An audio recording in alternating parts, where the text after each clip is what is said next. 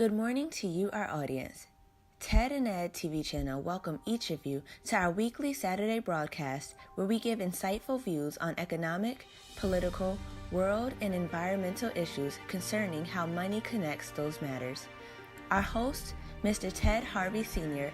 and Mr. Edward Bishop III, are now taking each of you into our world of money and its value, along with the evils that come from the greed of hoarding financial power. He that controls the gold controls the important decisions in this world. Good morning, everyone. This is Ted TV program. Welcome today. We'll have a great show for you today. Thanks for tuning in. And today, Ed, how are you doing, by the way, Ed? You doing okay?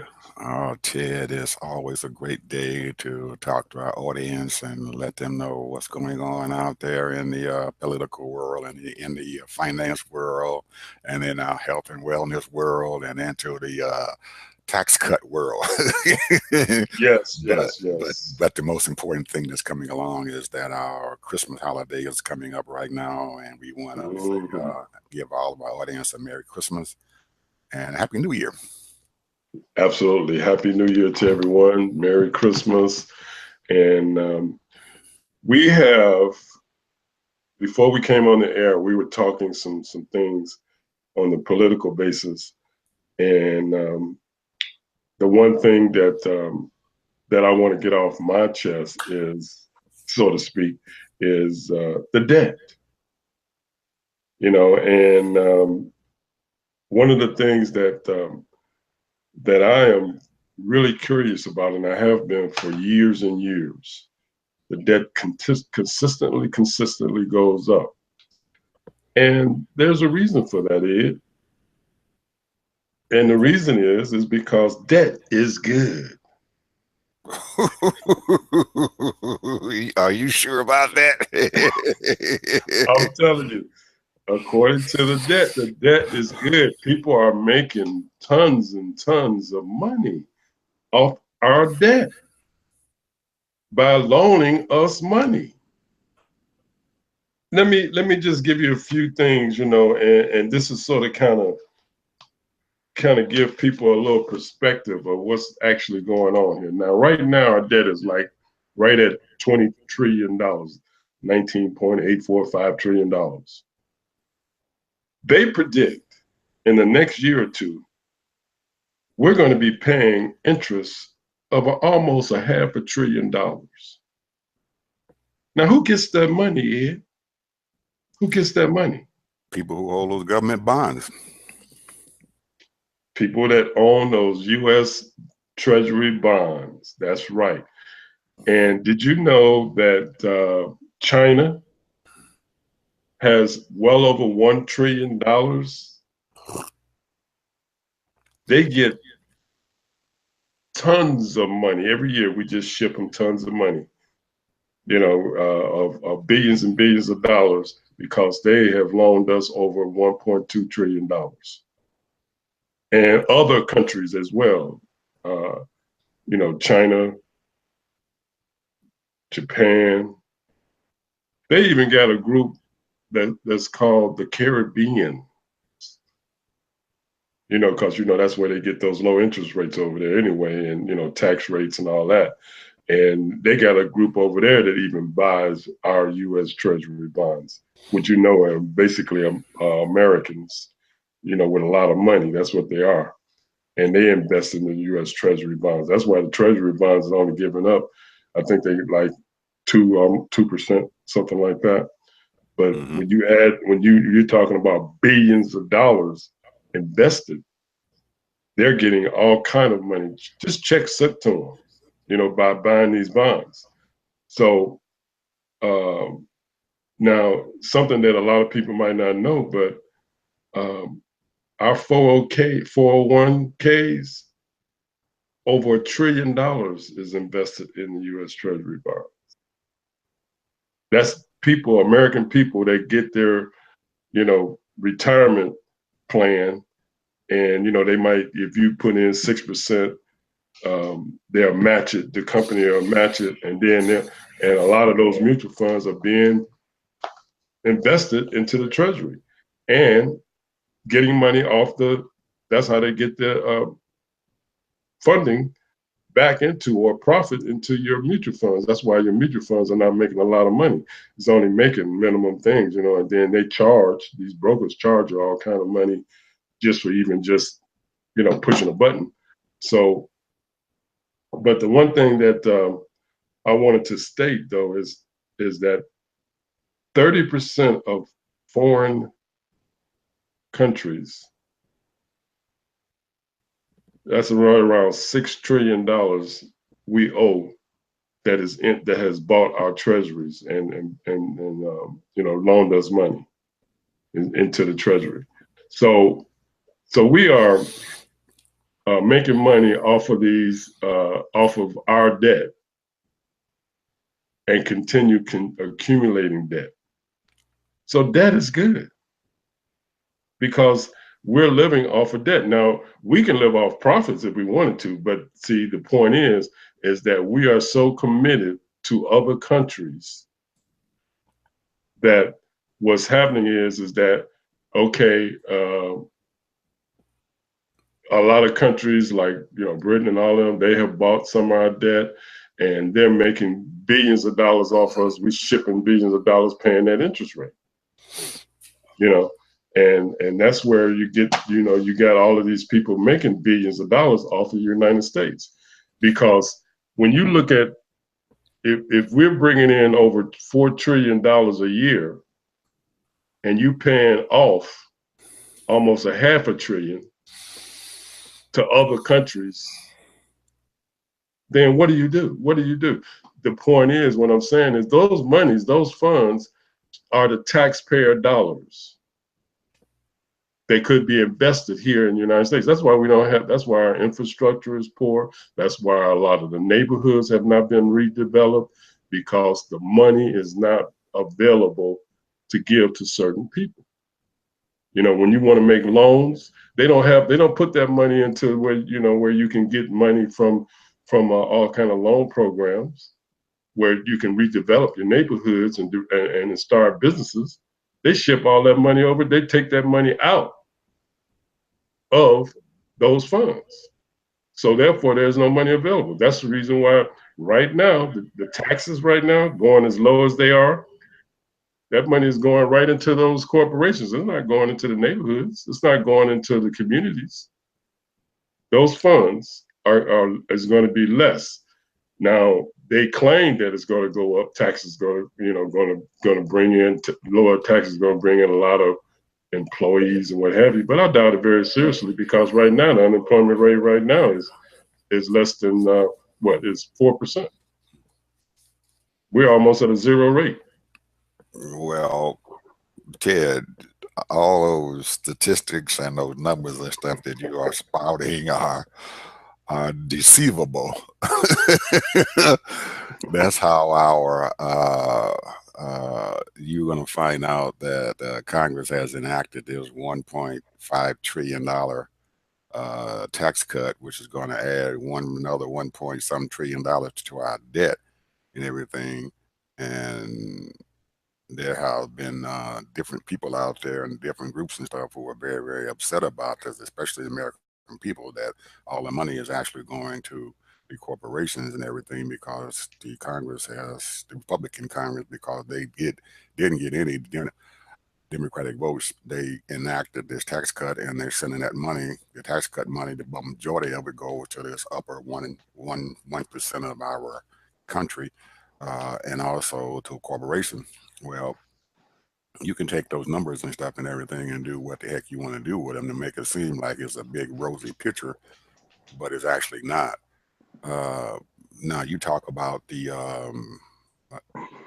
money that's coming to our neighborhoods, this infrastructure. When President Obama was in office and everything, and they were bringing down their debt and everything, he was talking about using monies and stuff to build infrastructure. Now, if you take what you're doing and you extrapolate it down to the regular households and stuff who are out there, if I can get a loan for 2% interest, and and get $1 billion and put it in my pocket, I'm going to take that $1 billion and that 2% interest loan, Yep. because what I can do and stuff is I can, with the interest rates as low as they are, that's the time to borrow.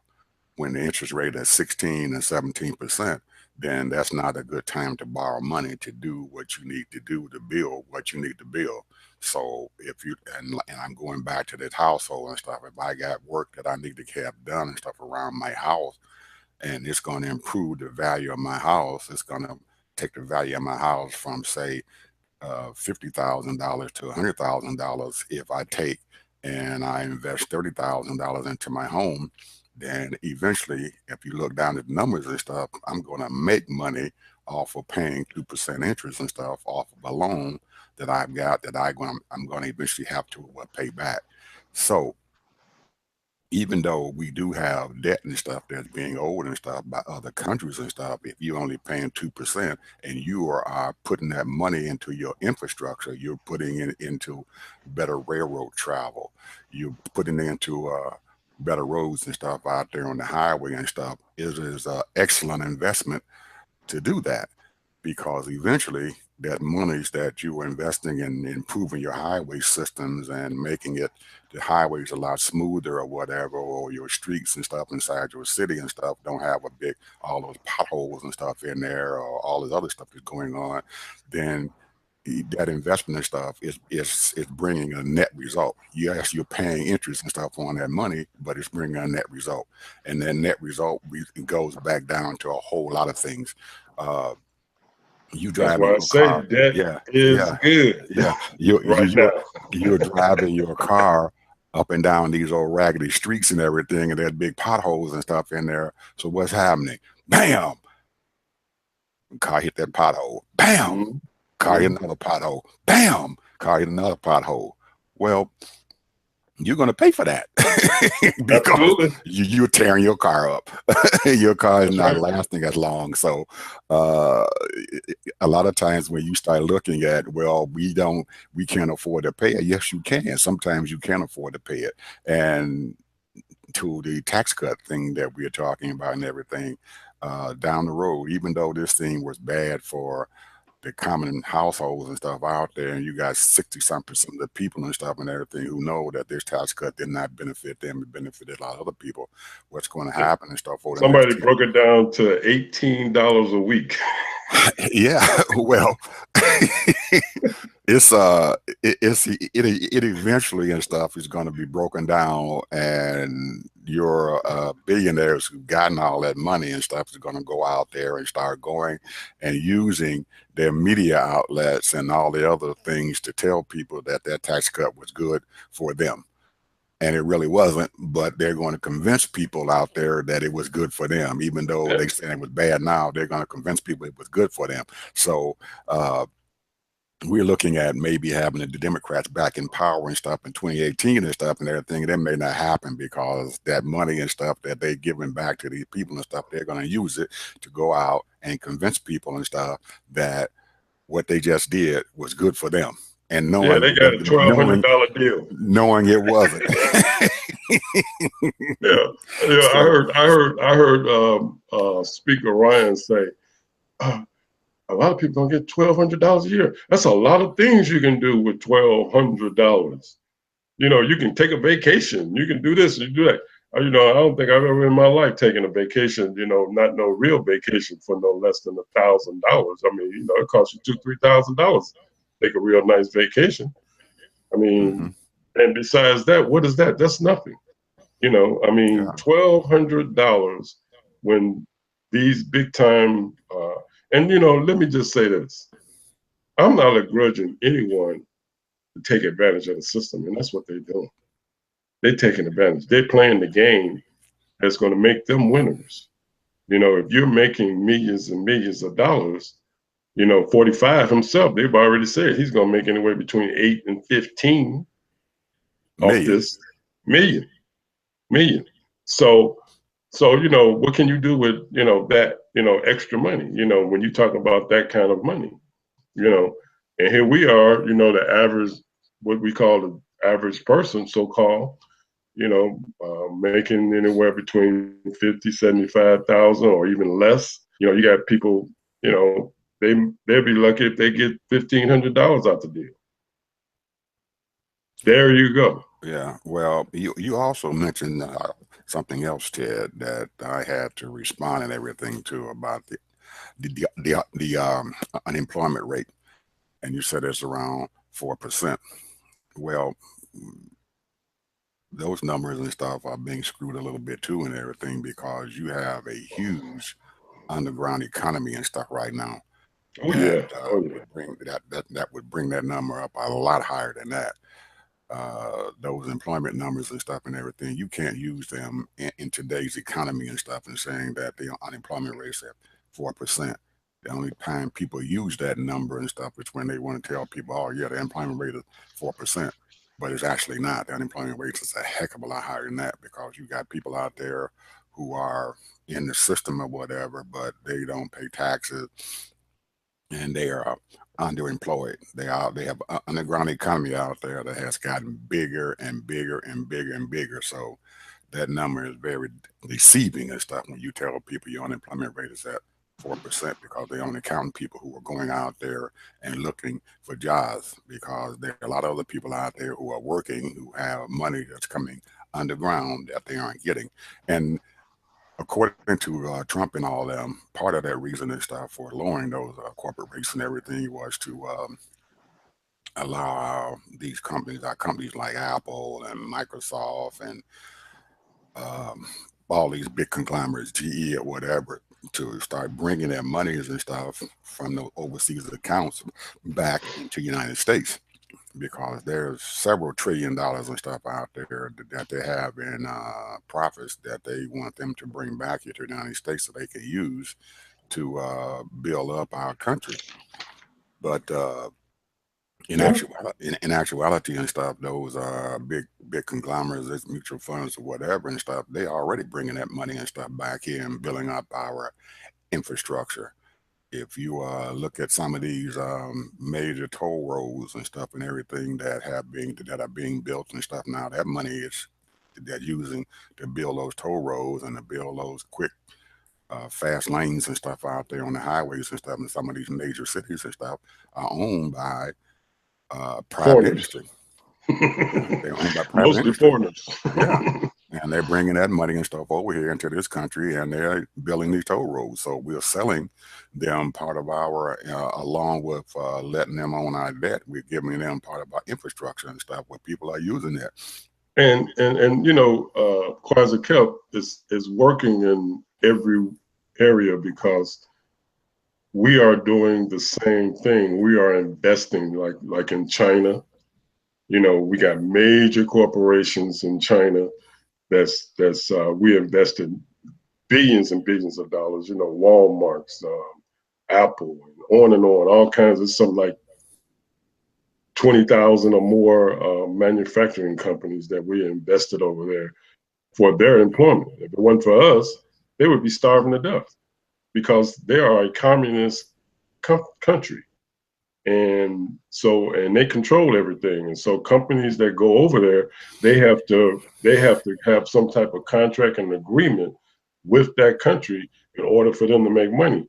And what these companies are trying to do, just like the car dealerships and everything else, is trying to get a market share of their products and the things that they make and what they sell. And so it's just like we got all kind of countries that's coming over here making cars and doing all kinds of things. And the same thing over in Europe. We're doing the same thing over there, and they're doing the same things over here.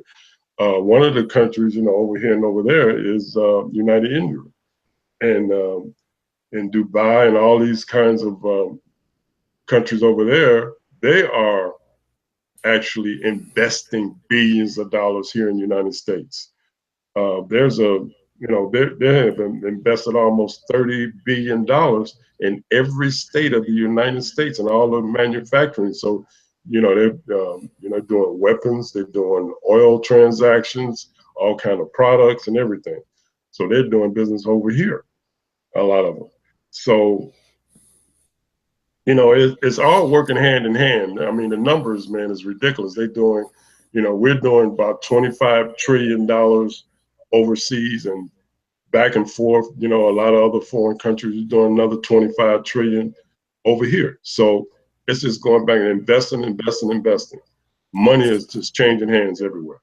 So in essence and stuff, what you are telling our audience and stuff, Ted, is that we are no longer operating in an economy that has to do with the United States within our borders. Absolutely. We are operating in a global economy. Global. So what we need to do, and our audience and stuff needs to understand that those things that happened 20, 30 years ago, as far as the economic environment is concerned, no longer stands, because right now you have to think, instead of United States economy, you have to think in a global economy. What is the global economy doing? How are you operating in that global economy? Where are you getting your money from? So a lot of us need to understand that there's monies and stuff that we were looking for here in the United States is no longer there. You have to start investing and doing other things outside of the borders of this country.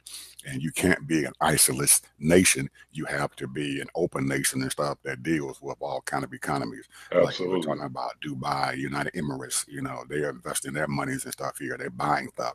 And some of those roads and bridges and stuff that we have out there, those toll bridges and stuff, maybe the monies and stuff is coming from them to build those roads and bridges. Absolutely. So, Absolutely. so we need to start thinking about global instead of United States. U.S. economy, how we looking. You need to look at the global economy, what's going on there, because these companies and stuff, they realize that they cannot be profitable and stuff just by operating here in the United States. They are profitable because they're operating outside of this country.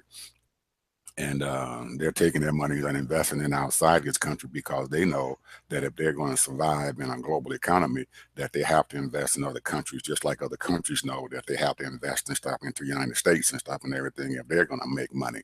So we have to start thinking the same way, that we no longer have to be worrying about what's going on here in our country. We have to start worrying about what's going on in, say, in Europe and the EU, European Union. Africa, Worry about all over the Africa. world, man. We have to worry India, about Asia. India is and quietly is becoming a huge economy and stuff out there that people are huge, overlooking. huge. Yeah, they have over 1 billion and some people out there and everything, and their countries that's becoming more and more modernized and stuff and everything. So there's a lot of money over there in India and stuff that we need to start looking at and everything. So this over here, over there process that you and I be talking about and that stuff every Saturday and stuff, people, our audience and stuff should start looking at that, and why we're talking about over here, over there, is because of this global economy thing that's going on, and that other countries and stuff out there, some of them are not doing very well, but a lot of them are doing great and stuff right now, Ted. Oh, absolutely, absolutely. They're doing great, and because of capitalism, to be quite honest with you, I mean, they make a product and they make a profit, Mm-hmm. and so therefore, they and a lot of them are collaborating or partnering with a lot of big major corporations. Mm-hmm. So, and because of they doing that, they're making money, you know, and then the corporations that they're partnering with are making money. Mm-hmm. Yeah. So so They're it's all about making money. And a lot of people, they right now you got all kind of people that's saying anti-communism, and all of that kind of stuff. But to be honest with you, you can't do anything without making money. You gotta have money, and you gotta have creativity and give people energy and ways of how can they make things better. If you sit around and you're in a socialist or communist society, you're not thinking creatively. All you're doing is trying to get by. But if you get a profit, you making commission, and if you and you make a sale on something, a product that you made and did well on it, you're going to be making a lot of money. And so that's the whole thing. We must be creative, come up with some better, what they say, make the widget better. Mm-hmm. So that's the whole thing. Yeah. And you just hey, it's a game. That's all it is. It's just a Yeah. game. You have to make You got to figure it out.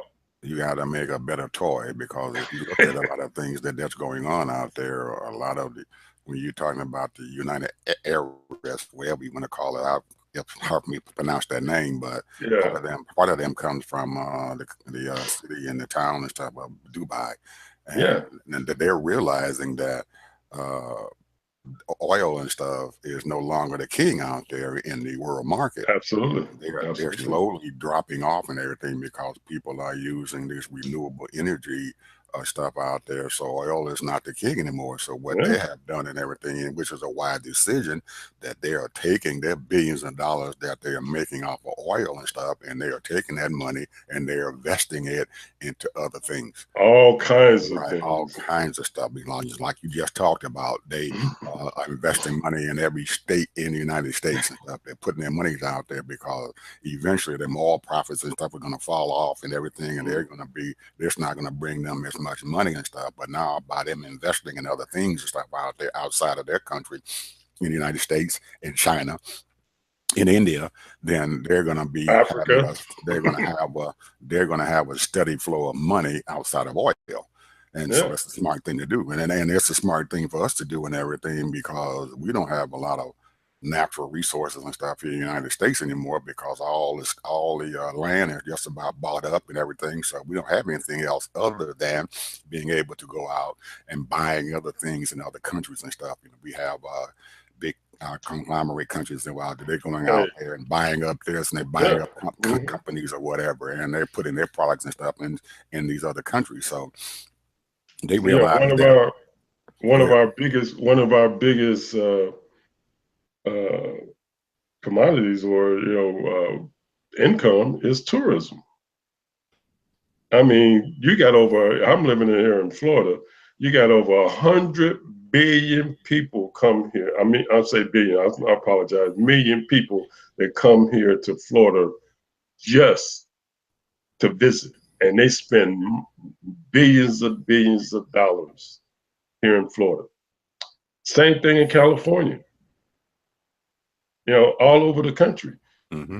All kinds of people all over the world comes here for the tourism, going to Hollywood, want to go to Disney World, and all of those things, and come and see how Americans is living. And because we are the greatest country in the world, let's just face it, as Mm-hmm. far as that goes, as far as different things to do, places to go, sceneries, all that kind of thing. Now, I don't mean that we are the best country as Mm-hmm. far as different tourism places. I would, but the point is that we have every culture here. If you Yeah, want French food, if you want Mexican food, if you want whatever, Greek food, we got it here. We got yeah, everything. We got the world here. absolutely. And not only you're talking about entertainment and coming in for recreation and stuff, Ted, you have another big income producing portion and stuff in there, and that the weather and the climate and stuff there in Florida and stuff is conducive to older people. A lot of people are coming from outside our country, and Retiring. they own homes. They own homes there in Florida because Yeah, they can come into Florida and stuff, and the weather is 80 degrees almost year round, at least 70 degrees year round. So it's a conducive place for them to come and to make their absolutely. money. Well, You hey, look at West Palm Beach. West Palm hey, Beach is one of the biggest areas and stuff around for billionaires. yeah, Billionaires who come to West Palm Beach, so they're bringing their monies and stuff there. They're building these huge mansions and stuff and everything. $25 million mansions and all that. Absolutely, man. And so you're driving that economy down there So because you got they jobs. have a economy here in Florida, which has been going on for years and years and years. The Canadians, they call them snowbirds, Mm-hmm. and and uh, and the snowbirds, they buy houses, mobile homes, cars, and they come down here every year. And you got a lot of New York people that come here. Snowbirds come here for the winter. You know, Illinois. Illinois, all over the place. Just because the weather is decent. Mm-hmm. So there it is. That's a great economy. A lot of places going to Canada. I mean, California. A lot of people go to California to live for Mm-hmm. the for the winter. Mm-hmm. So that's a big economy. So even though we sort of kind of getting off the subject as far as, but the point is that The point is that we are no longer producing. We are entertaining, tourism. Those are the two major things: movies and music. So we make billions and billions of dollars off of those, and then sports, billions and billions of dollars off of those three things. And we're all over the world now. Basketball is one of the most popular sports in the world. Yeah, and you look at American football, National Football League now have games and stuff on Sunday in Britain, in England. Yeah, and in Yeah, Mexico. yeah, So absolutely. So they're expanding our sports, just like you said, over into other countries and everything, because they know that if they do that, it's almost like soccer. Soccer is a worldwide thing. When you got billions of people following a soccer game, it's a lot of money and stuff involved and stuff in that in sports. So.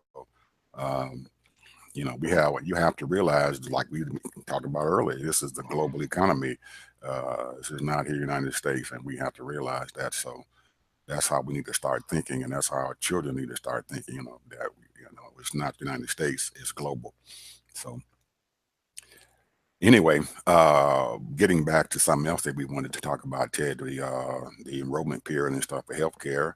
It just yes, passed. December 15th was the last I'll day and call you stuff, back. Yeah. and there were over almost 9 million new enrollees and stuff into healthcare and stuff. Since it's only lasted like 30 days, which was astronomical. Nobody thought that there would be that many people who were going to enroll into to healthcare. But that's another thing, and that's driving our economy. Healthcare is going to be a big, big, big economic driver here in the next 10 years or so, with all the baby boomers and start retiring and they're going out and they're getting sick and they need health care or whatever, all that. So uh, that's another part of what we have to talk about and stuff is healthcare. And then we want to make sure that people do know that with that tax cut, that according to the numbers that we're getting back, that there's going to be 13 million people who are going to probably lose their health care because their subsidies have been cut or they are no longer there. So, what are these I 13 would million people? love that if they would get, I forget the name of the term. It's not universal health care, is it? It's something like Medicare. And people should, I would love to see that the United States just take health care off the table. As far as I know, it's a big uh, commodity as far as people been investing United Healthcare, Humana, and all these. But the bottom line is that, and it provides like what, maybe 10, 15 million jobs or more, in this country. But the point is that I think right now at where it stands, people are paying too much money for healthcare a month and not even using it. You know, you got people paying $700, $1,200 a month and not using it. All you're doing is just you waiting until you get sick, and then when you get sick, then maybe you might make it and use it, to have a surgery or whatever. After you have spent $30,000 into the doggone thing, and that's $30,000 that you could have kept in your pocket when you could have just contributed to Medicare, maybe $500 a month or less, maybe $200 a month if every American contribute to Medicare, and then you have a universal care. I mean, doctors will still make their money, the nurses will still make their money, and then they make the hospitals go, nonprofit. They're not going to ever do that, Ted. That not-for-profit thing is over with, because when I was a little boy, when you went to a hospital, it was a benevolent industry out there. People came to the hospital, it was free. But the people with the money and everything realized that there was huge profits and stuff in hospitalization and in healthcare, that they came involved in it, and big money got involved in there. Now, what you're talking about with using Medicare and all this other stuff and everything, well, if you realize and stuff, in 2009, when they finally enacted in 2010 or whatever, the Affordable Health Care Act, they could not get that healthcare thing over the hump and everything and get it approved and everything because they had a huge industry out there that was lobbying against that. So when you start talking about using Medicare or Medicaid and everything for our healthcare and everything, then you're talking about trying to beat up on these healthcare lobbying groups and stuff out there, like United Healthcare and all those other big insurance industries and stuff out there who wants to keep their finger in the pie because they know that there's money in that pie. Huge sums of money is in that pie. Oh, absolutely. The But the thing is, though, pharmaceutical industry got their oh, fingers in that oh pie. man, they making Billions of dollars in the pharmaceutical industry because I've read articles and stuff now that starting next year, we've got something like 30 some million people who are diabetics in this country now. And that insulin is going to go up another mm-hmm. 10% next Yeah. year, 2018. So you Well, talk they got to make their huge profit, sums of man. money. Yeah, huge sums of money, That's man. Come in. capitalism. Yeah, That's yeah. capitalism. If you don't make a profit, because you got to show the board and you got to show your investors, that you're Absolutely. making a profit. So in other words, I'm Yeah, gonna raise up prices and I'm gonna cut costs. absolutely. And they're going to keep on doing that and everything, and they're going to rip off this economy and stuff around here. But people, getting back to this whole thing that we're talking about, we are in a global economy here. So it's gonna, with the insulin going up, it's gonna drive a lot of people outside this country to buy. Get in Canada, go to Canada and Go to everywhere else. Canada or go to Mexico or go to some other country and stuff and bring their medicine back here to the United States because it's cheaper to go out there than to do that. And it's going to create other industries and stuff out there, other startups and everything who are going to take advantage of the fact that insulin in this country and Walgreens and all the other pharmaceutical places and stuff out there, their costs and stuff is going up. So they're going to find other places, other outlets and stuff to buy their medicine. You're going to find out that Walmart and stuff is going to start getting into that business and everything because they know there's huge profits and stuff in there. You're going to find you're already finding out there are other companies out there who are doing that, buying their medicine and stuff at the Costco's and buying their medicine and stuff at the Sam's Clubs or whatever. These other places that their insulin costs or their medical costs and stuff is not as high as going to Walgreens and stuff and buying that. People are going to go, they're going to go other places instead of buy it because these industries are pricing themselves out of business. But until they do that, they're going to get profit, and until the American people realize that there's other ways of getting their healthcare products and stuff and everything, they're going to keep on making money and stuff off these people, especially older people and stuff who can't go out and who are not on the internet, and they're going to these pharmaceutical places. I know my wife tells me all the time she goes there and buys a lot of our medicine or whatever there, and that she sits there and just shakes her head because a lot of these older people are coming in there and they're still writing checks and stuff because they don't have credit cards or debit cards or whatever, and they go in there and they write a check, and then these people behind those counters and stuff, they don't have no compassion and stuff in them at all. Oh no, It'll be $1,200. And they'll sit there and they'll write out their little check for $1,200 because they got to have their medicine if they want to live. And they will pass it on knowing that they don't have a lot of money. You're either going to stay alive or you're going to eat or you're going to put a roof over your head. And a lot of them have no idea what's going to happen and stuff to them, but they are spending that money. And what are they going to do? Well, the thing is just the sad part about it, or I should say the positive side. I'm going to look at the positive side. There are a lot of advocates that are out there. And I wish that most of these people that are out there that are advocates and they feel a calling for this, as far as that goes. And they need to go into the communities, and some of them are doing it, and they need to take names and addresses and telephone numbers and talk talk to these people. I know it's a lot of work, but you know, a lot of them are getting backing. You know, they're getting financing and contributions and what have you. But it's one thing of talking about it and having a program. But if you're not going out there reaching out to these people, going door to door and having them be engaged and having them be an advocate for themselves. They have to be an advocate for themselves. They can't just sit there and complain and keep writing checks when you're sitting up here and you can't afford $1,200 for your medication. You got to start being an advocate for yourself. And I believe that, and if you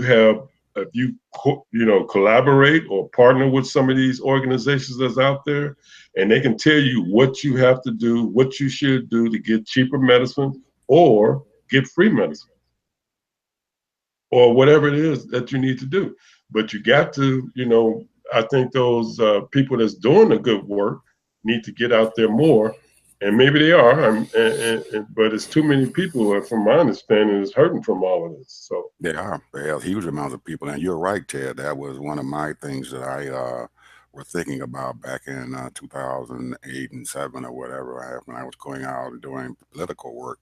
That there are a huge amount of people out there, especially in the churches and stuff out there. These little small churches, they got 100 members and stuff in there. That'll be an excellent place to go to start helping people to understand what's going on out there. When you find people who are in their 70s and 80 years old, and the only place that they go is on Sunday to church or whatever, that there are other things that they need to get involved in. You start talking about voter registration and redistricting and stuff and gerrymandering and all that. You need to get these politicians, if they want to do anything, they need to get into these churches and stuff and talk about it. And that was the winning coalition and stuff that helped Doug Jones win the state of absolutely, Alabama, the U.S. Senate yeah, race. Those absolutely. folks got out there and they went to the daggone churches down there and everything, and they told these people, hey, you need to start voting for this thing if you want some change. And that's how Doug Jones beat out the Republican candidate because of that. That's one of the reasons. So, but also, like you're talking about, you can take that theory and everything and go into, like we were talking about, that community advocacy, letting people know about how to help them and stuff with their hospitalization, because people are being overcharged and stuff when they go to hospitals or when they go into a nursing home or assisted living facilities. And we hear all these sad stories, and people getting overcharged, overbilled. They can't afford it. They need help. I was listening to the radio the other day. A lady is on Social Security. They garnished her Social Security check. Her only income is, and she wanted to go back to school some years ago, and she was paying on it, but then of course, she fell back on it, and the loan was $4,000. Now it's over $5,000, and they've been taking out, garnishing her Social Security check. Now, what kind of crap is that? This is ridiculous, and that's heartless. And it was some kind of collector that was hired by the government, and just sold it off to some private entity, and now they're trying to they're collecting money from her Social Security check. That's ridiculous. And I just read an article. They said that the United States, now this is going to be a big problem for these millennials and a lot of people. The United States, the Uncle Sam, is going to make over $60 billion off of school loans. So we got these people paying for their education. They don't hardly pay the professors that's out there anyway. And they got and they got these loans. These people got 20, 30, 40,000 and up on school loans. And the federal government is going to make $66 billion off these school loans because of interest rates.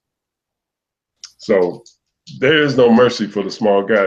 That's the reason why all those people that's out there and all these different organizations, they're going to have to collaborate. You might not agree with the churches, but that's where the people are. You might not agree with their religion, but that's where the people are. You might not agree with their political persuasion, but that's where the people are. And if you want to, you have a nonprofit organization or organization that is about reaching out to people and helping people, then you need to get out there and reach and help more people, and that's just the bottom line, if that's your calling, But with that, I'm going to say this. I know we're running out of time here. No, we're not. We still got a few minutes, Ted. Go ahead.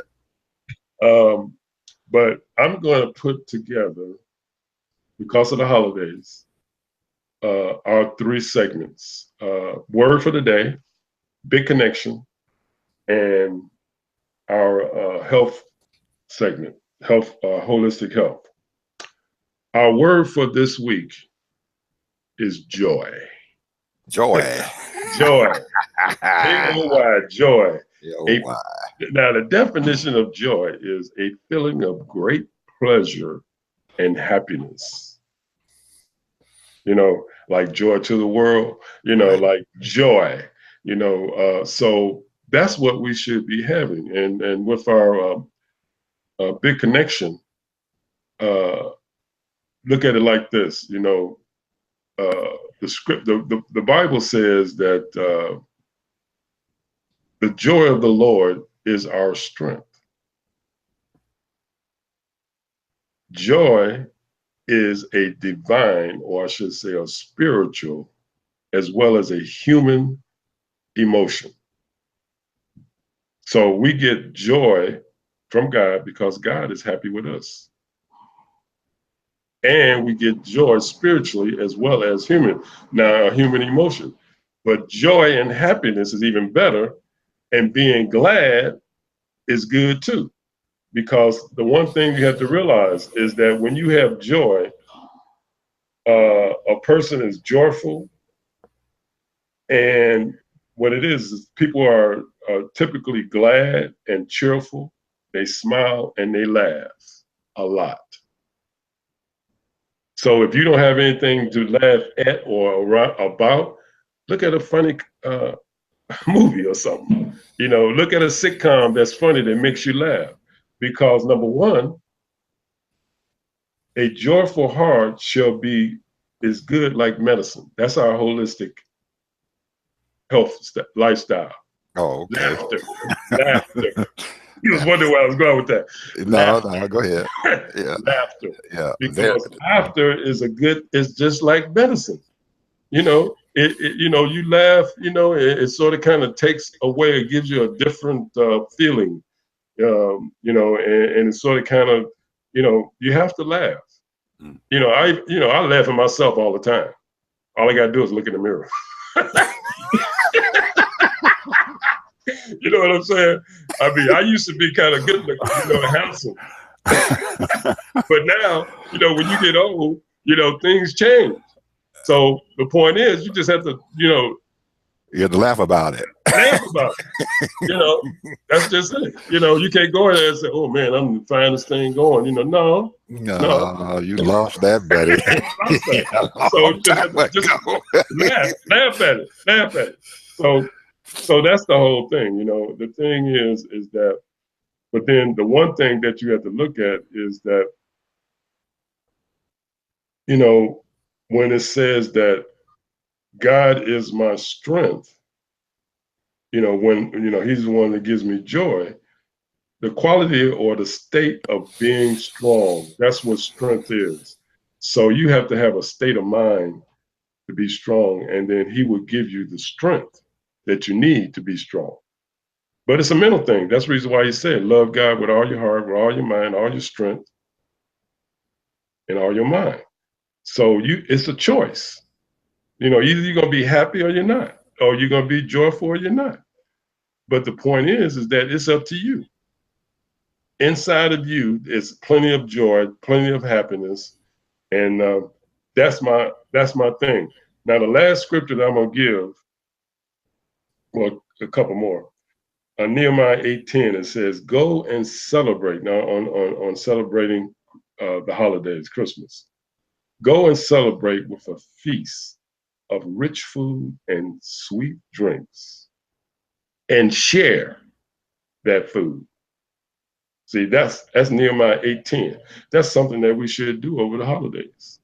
We'll be around family. We're gonna eat good food. We're gonna have sweet drinks, and we share. That's what it's like. So I say to people out there now, delight yourself also in the Lord, and He shall give you your desires of your heart. So if you want to be happy, delight yourself in God, and you will be happy and you will have joy. Because I know a lot of people are missing people this time of the year. I lost my mom, this year. I lost my coach this year. I lost a person that I greatly admired, Dick Gregory, this year, and quite a few other people.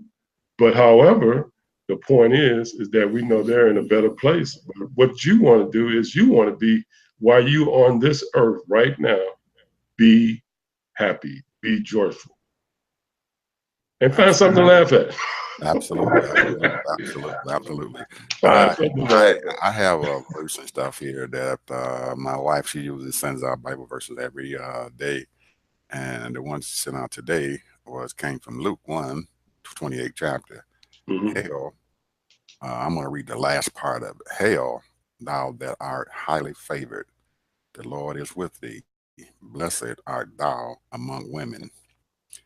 I read that and everything, Ted, because in the last month we've had some very, very terrible things and stuff that are coming to light as far as sexual harassment and stuff with our women and stuff out there, Yes. out there in the workplace. And I thought that this would be a very good thing to let our women and our young ladies and stuff know that you are blessed and stuff, and that the Lord is looking out for you no matter what.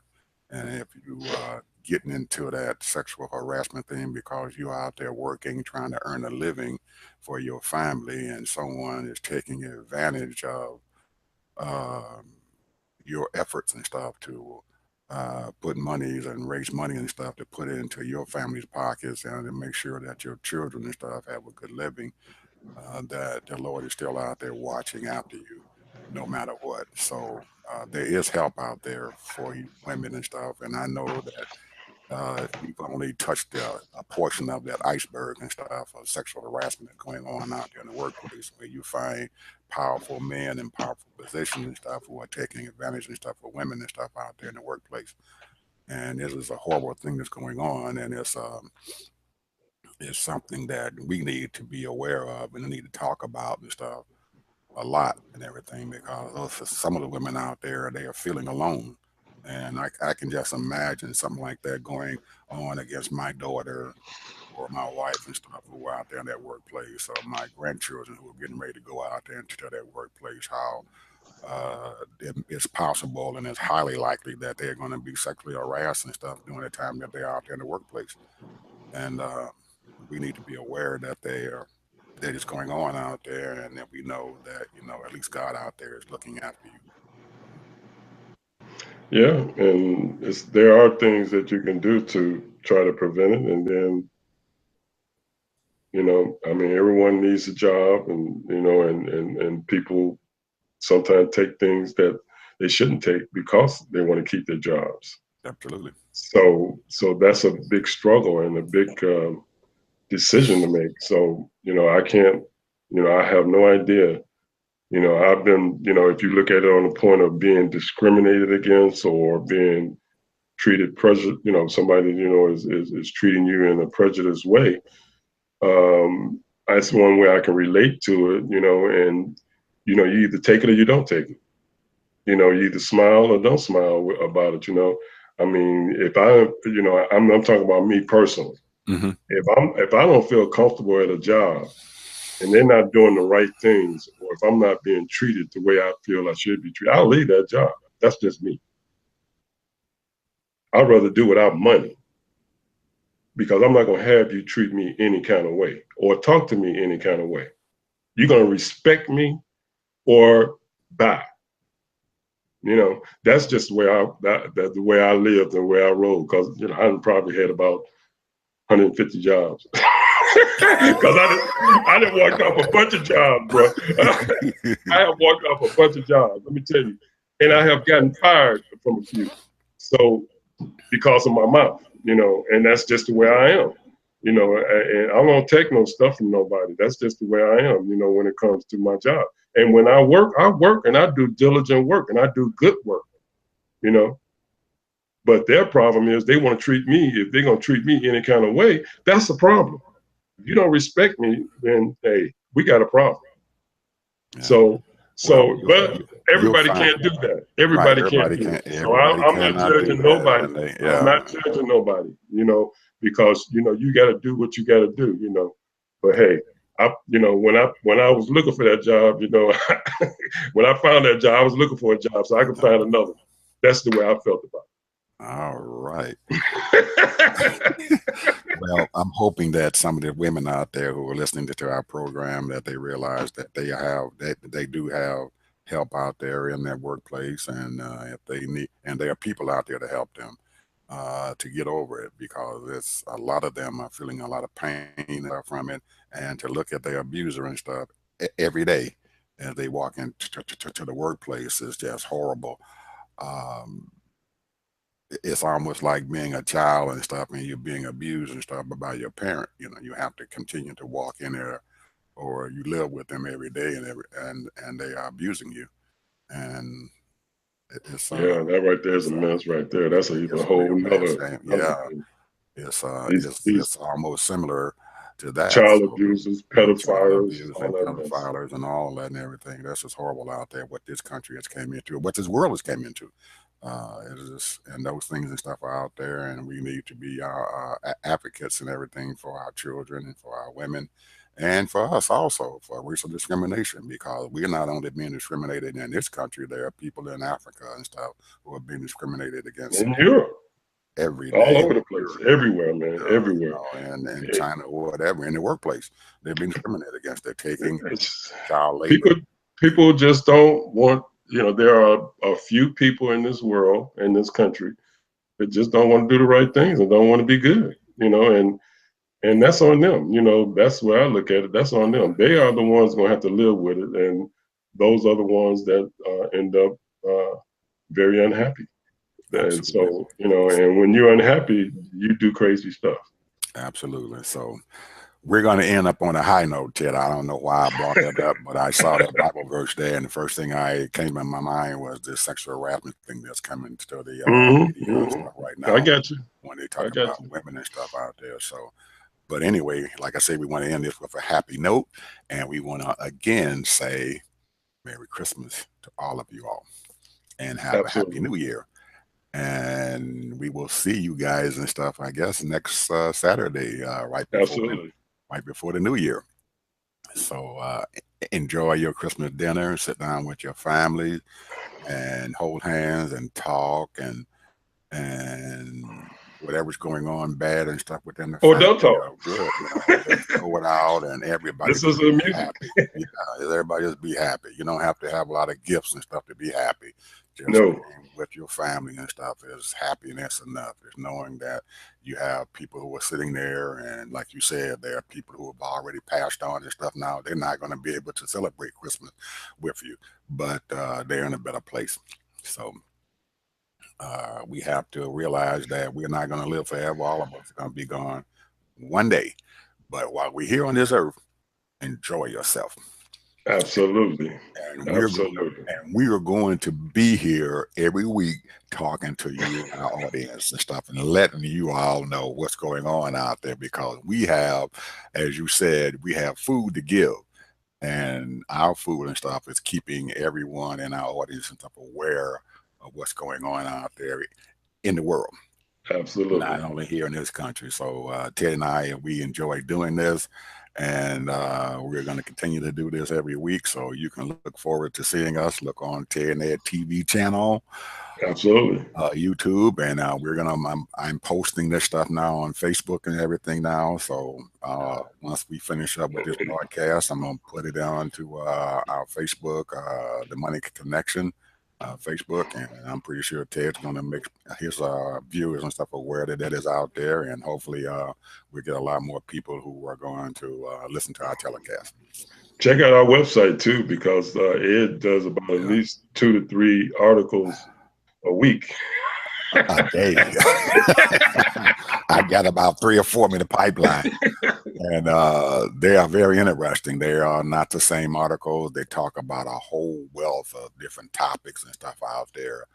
I know Ted and stuff mentioned to me about one of the articles I've written about urban crime and what's going on in urban areas with our young. That's a deep article, man. That's a deep article, man. It's like, you know, a lot of stuff, you know, I'm aware of, you know, of course, but just reading it and just, you know, it sort of kind of gives you a little more in-depth insight on it, you know, because it's crazy. I'm telling you, that's another whole topic. We can talk about that for an hour. Absolutely, man. There's a lot going on there. So enjoy yourself, people, and we're looking forward to seeing you again next week. Until next week. And until next week, Ted, Merry Christmas to everybody.